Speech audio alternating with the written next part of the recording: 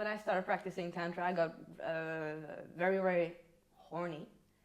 So, because I also learned to orgasm in much deeper ways. So I think for guys,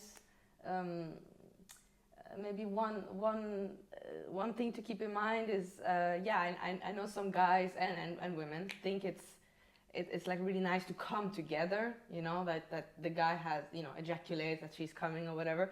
But when I'm having tantric orgasms, they're not just a one-off thing. They just last as long as the guy, you know, can as long as his stamina can hold.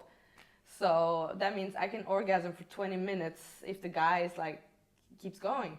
So yeah, in that sense, I never want the guy to come, because that always means it's game over. Mm-hmm. You know? Yeah, and the horniness just, you know, keeps building up more and more. So also for a guy, fucking, you know, my pussy, if he has no tantric experience from before, it might be, you know, when I'm starting to get into an orgasm, very, very horny.